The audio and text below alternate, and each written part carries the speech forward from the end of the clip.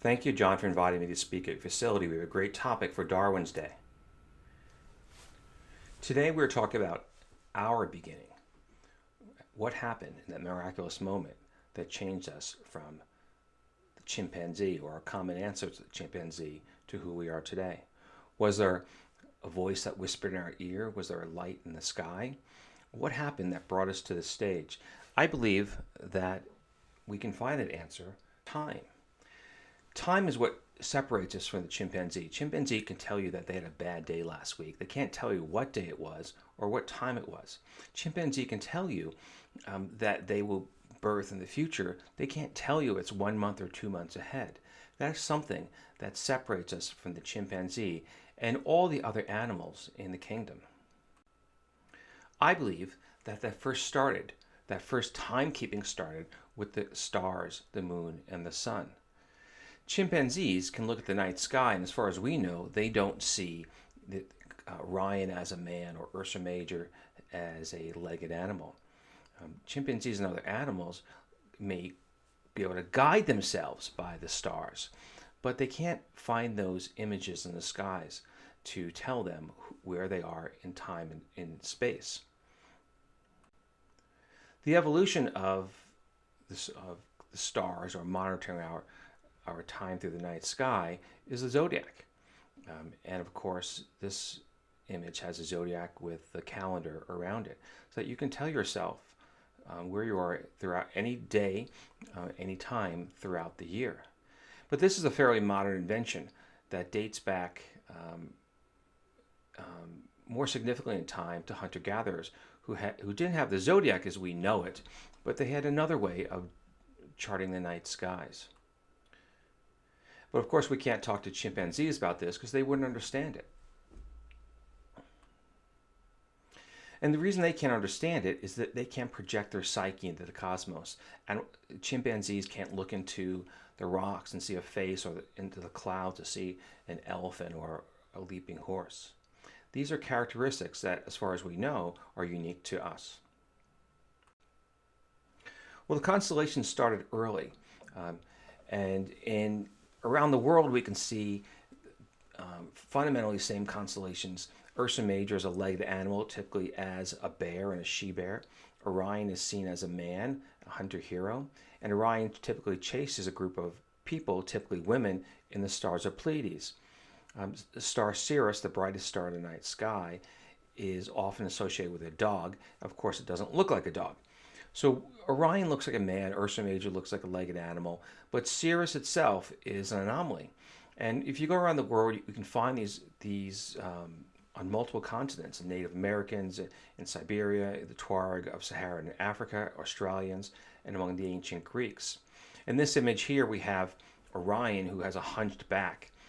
And he has a hunched back by being hit by his wife, who is in the stars of constellation Leo, for chasing the women in Pleiades. So it's a myth that's told fundamentally around the world. The question then becomes, how far back in time can we chart these stars? Can we find these constellations? Well, we can go, in my view, the earliest place that we can look at this moment is Monte Castillo in the Cantabria region of Spain, near Bilbao. It's in the northern part. About 8 years ago, a dot on this, or disc, about the size of your hand, was dated on the panel of hands in the El Castillo cave to about 40,000 years ago, and the hand was dated to 37,000 years ago. The disc wasn't very interesting in itself.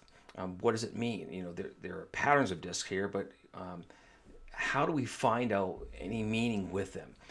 Well, the media couldn't find anything either, and they didn't. There was this image that was taken by the archaeologists, and we can see the disc somewhere in there, hidden in the limestone wall.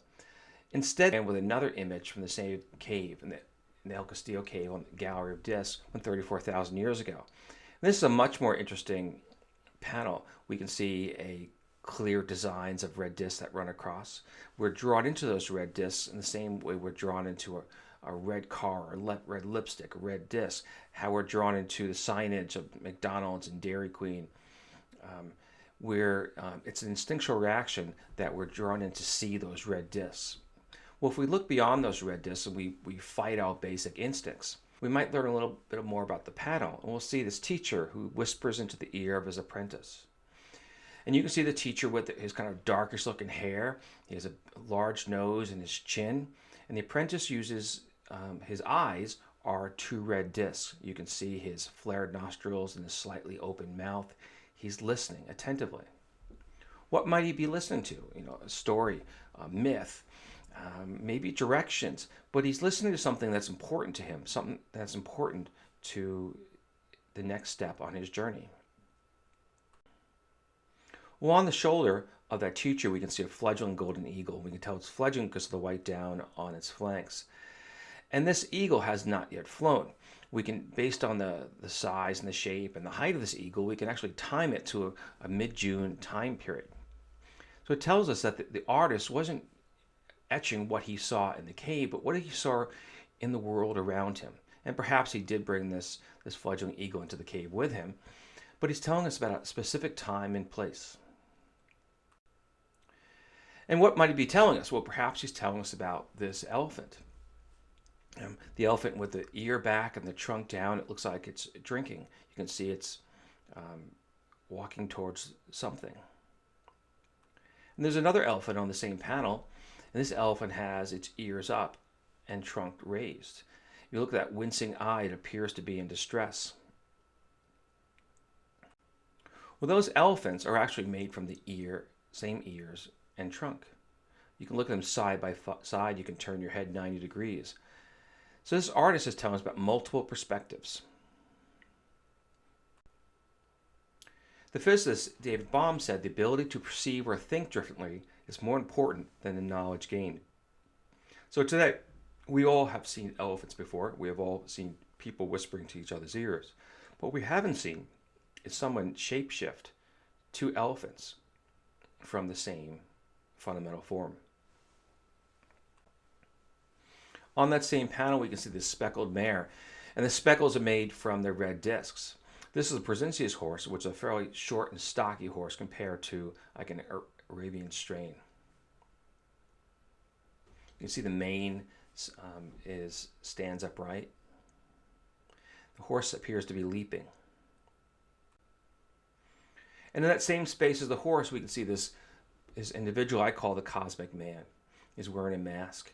In his right hand, he holds an egg, and his left hand is feathered against the wall. His left knee is raised.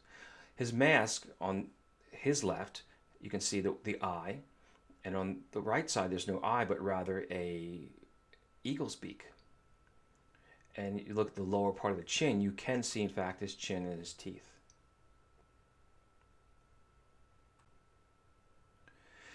It's possible that this man who holds the egg is an earlier version of the cosmic egg myth, a myth that is told among the Dogon in Africa, the Norse, the Vedic, the Orphic Greek, the Chinese, Egyptians, Roman Mithras. In this image here, we see Pengu breaking free from the cosmic egg. And in this version of the myth, he separates yin and yang, keeping the cosmos in order.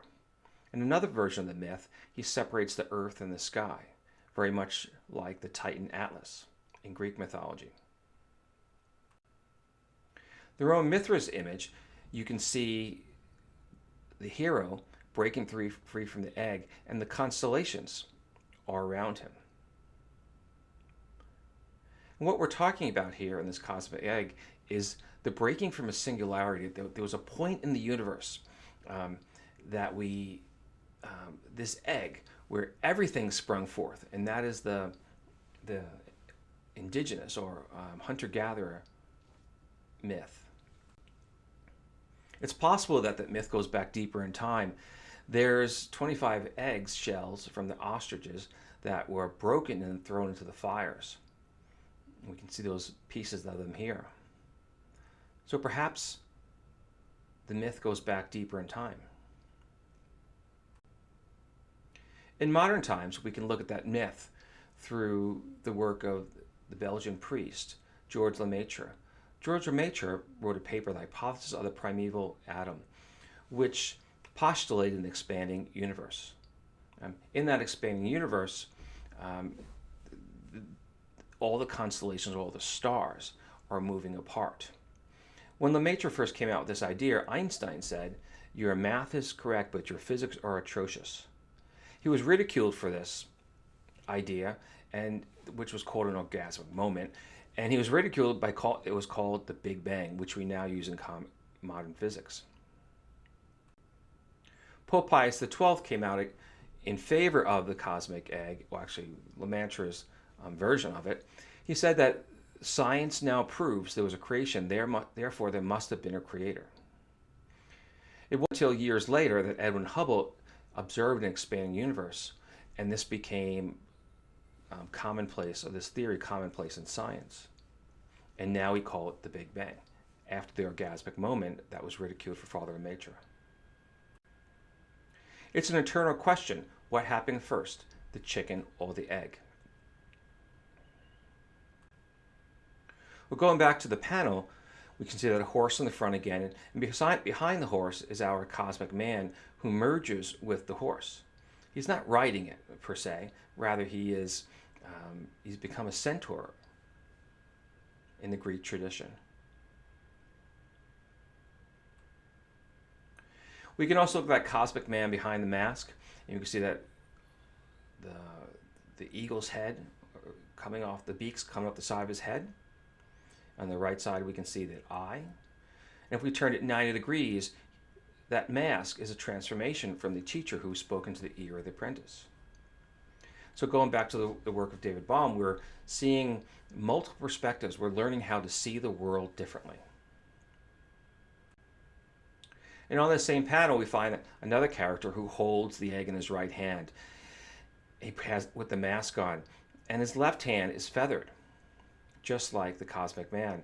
And not only is it just like the cosmic man, it is a transformation from the cosmic man. It is the same left hand that was against the wall that becomes the left hand behind that man stealing the cosmic egg. On the panel, we can find this mother Iberian lynx and her kitten. The kitten pushes up against the ruff. This is a mid-June time period based on the life history of the Iberian lynx. It's telling us about where he is. It's telling us about he is in Spain. It's a geographic marker. Also on the panel, we find this great auk, which is an extinct bird. Lays a huge egg. And I believe that the egg that the cosmic man is holding and he has stolen is from this great auk. The great auk's egg would have been the largest egg that he had encountered in Europe, which would be fitting for your cosmic egg myth. On the panel, we find the spinning dolphin, or rather, more than one dolphin that are overlapping each other. We can see all the appendages. It's a bottlenose dolphin. So the great auk is a marine bird, or marine shoreline bird. It's a flightless bird. And now we're into a marine environment where we find the dolphin. And a crab that scurries from under a rock at the bottom of the panel. Our hero, the man who is stealing the cosmic egg, merges with the dolphin to become a merman. Now, I don't believe in this tradition of Paleolithic people that they believed there were mermen. But I do believe that they took on the spirit of the dolphin, the strength to swim through the water. In the same way we find in our modern stories, we have Batman and Spider-Man and Ant-Man. They're stories that we tell, that we gain strength from the animals in our world. We find this monk seal on the shoreline, lounging. And of course, the hero must be a swimmer. You can see his head bopping up and down, his right hand is moving, and the left hand is up and cupped. And at some point, the swimmer overlaps an elephant. The elephant made from the same trunk as we saw with the two previously, but the ears are slightly different. This elephant is seen from an aerial view, as is the swimmer. He is swimming past the elephant. And on the bottom of the panel, or let's say the left side of the panel, this panel is about 10 meters across, so 33 feet. We find this red-haired man, and he's holding a club. He has a pelt around his neck. And what is he killed? What is he slain? It's unclear at this point. And that red-haired man is lifted before he reaches the shore by the bottlenose dolphin. This is a scene we'd see today in SeaWorld, and of course we've seen it in the Greek myths.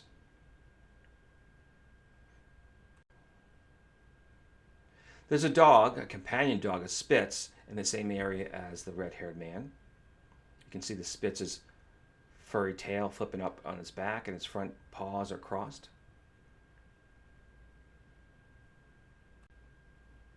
And giraffes, there are two of them. The mother giraffe's head is highest, and the juvenile's is just below her head, with its neck wrapped behind the mother's for protection. And we can see the camouflage pattern made from the red discs. This is a scene of nurturing. This is not a scene of hunting giraffes, just as it wasn't a scene of hunting the mother lynx and her kitten. The Paleolithic artists recognized that these animal beings are in fact beings, that they are not a lower form. And on this panel we find the Barbary ape. The Barbary ape exists today in the Atlas Mountains of Morocco, as well as in Gibraltar, where they were introduced.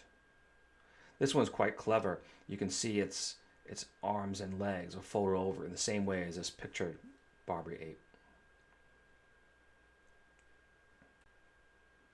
We find two lions, a lion at the top with the mane, and the lioness who's licking him, or nuzzling against him. She's coming to greet him. Maybe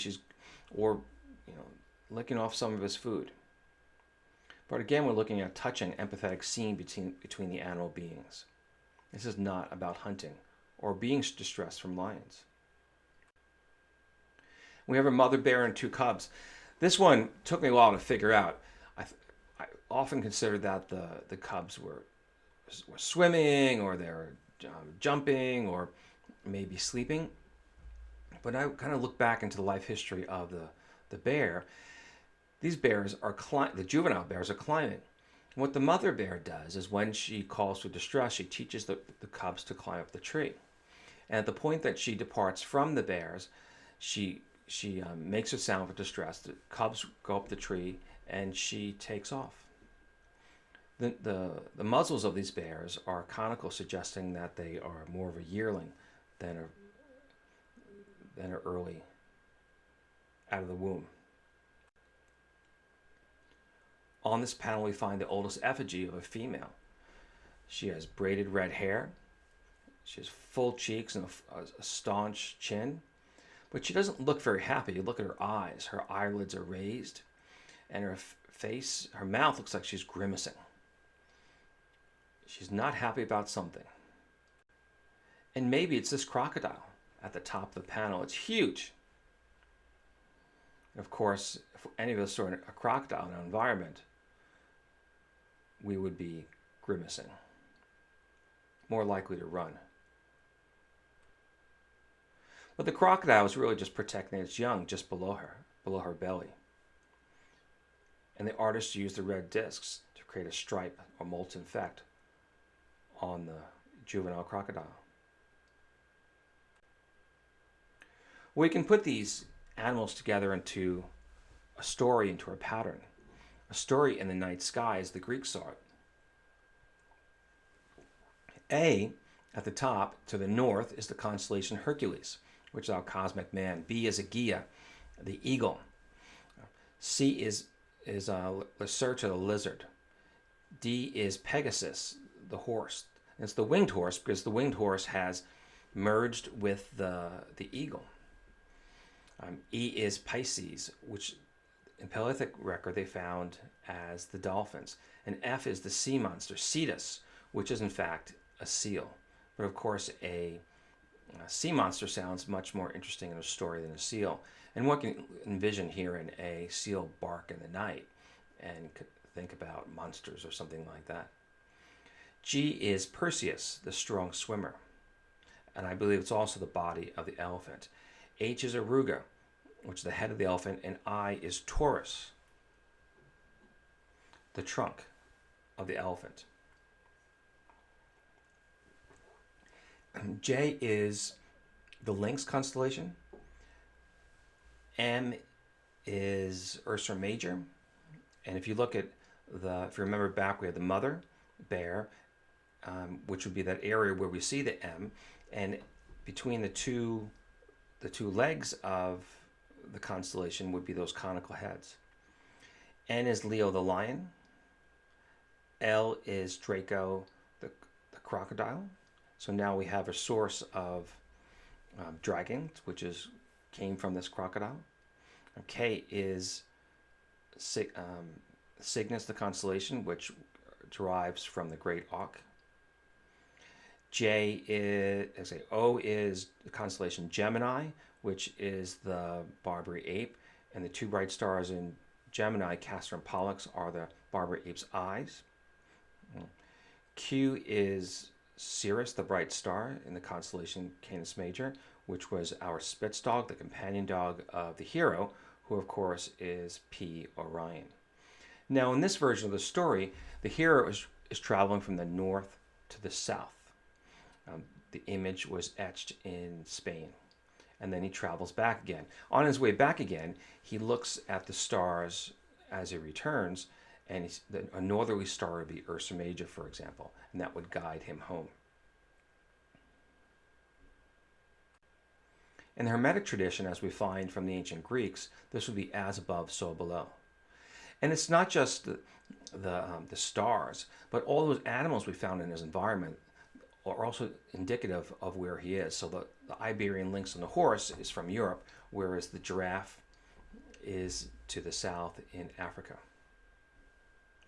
He was charting his way through the terrestrial world with the night sky as a guide. And there are probably a few more constellations in there. The man that overlaps with the dolphin would be the constellation Aquarius. Capricornus would be the crab.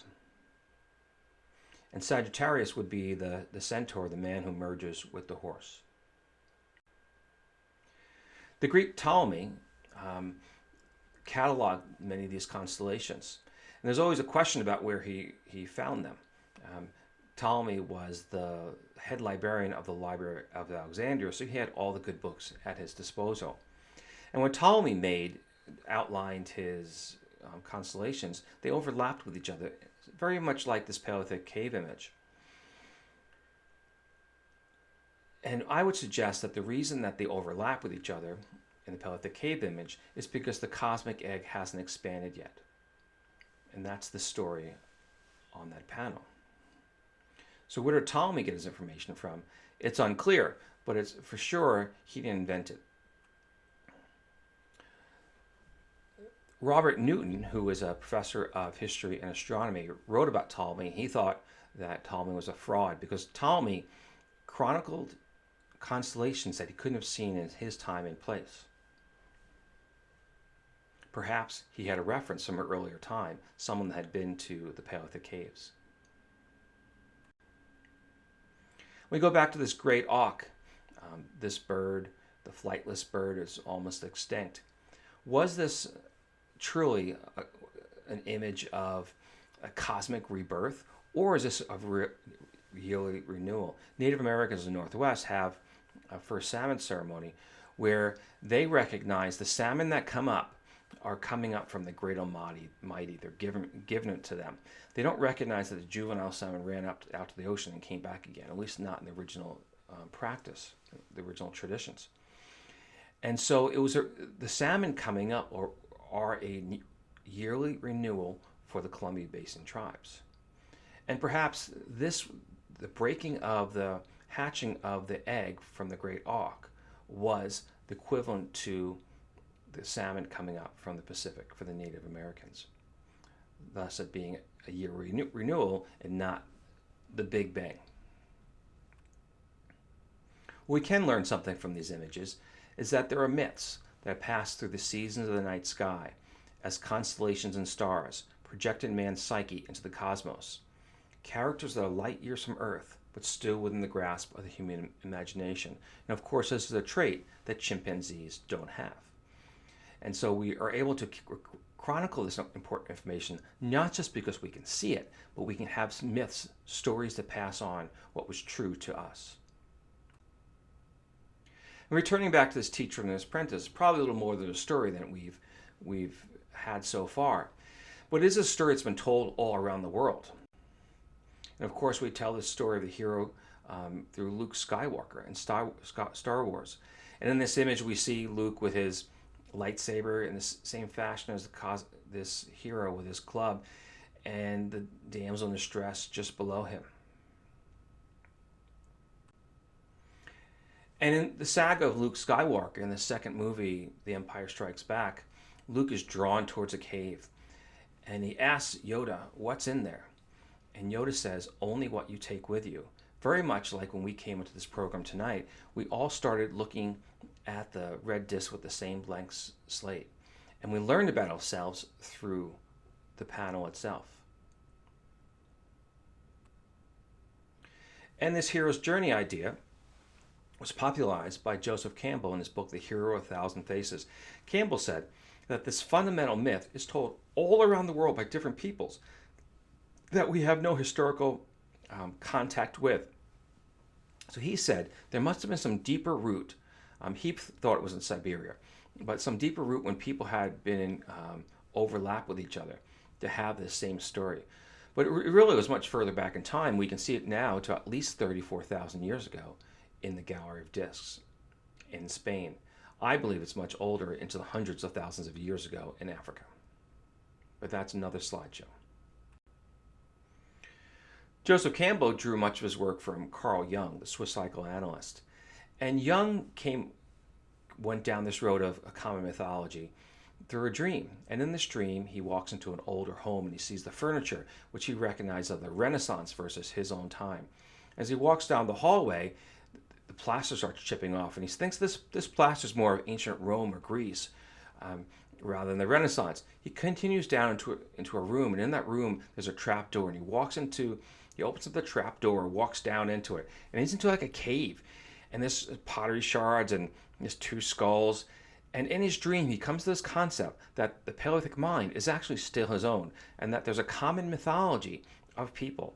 So he wakes from his dream and starts going through the mythological literature, and he realizes that there is a common myth. There is this monomyth, this singular story that people tell around the world. And that not only is this myth in the stories, but that the myth is also in our daily lives. We relive the myths. The sets change, the costumes change, but the stories of our lives mirror those of the myths. Bob Marley's version of this was, "Some say it's just a part of us. We've got to fulfill the book." That we keep telling the same stories that we relive ourselves. We're in some sort of a matrix. So returning back to our earlier slides, and the chimpanzee, or a common ancestor with the chimpanzee, I believe that the break between us and the chimpanzee was our ability to project our psyche into the cosmos, to find order in something greater than ourselves, to see that light in the sky and perhaps listen to the wind in our ears. And that there was some great distant ancestor of ours that lifted his right arm to the night sky and touched the stars and realized that he could then tell time, or she tell time and place, so that that animal, being our great ancestor, could travel between different points and return back again by the stars alone. And why we evolved from the chimpanzee or other life forms is not so much that there was any divine intervention, but rather something in one of us, a very distant time ago, made that connection that there is something greater than ourselves, and that is the cosmos. And we return back to the empathy of the animals that we saw on this panel. The mother lynx that takes care of her young, the mother giraffe who protects her juvenile through a camouflage pattern. What Jane Goodall said is that we should be kind to animals because it makes better humans of us all. And what Jane did in her work is she found that all the common elements, that chimpanzees have fears and they have desires, they have wars, they had a gesture language, and that they danced in the rain, that were really not much different from the other animal beings, especially the chimpanzee. But the one critical difference appears to be that we can project our psyche into the cosmos and we can find ourselves in time and place.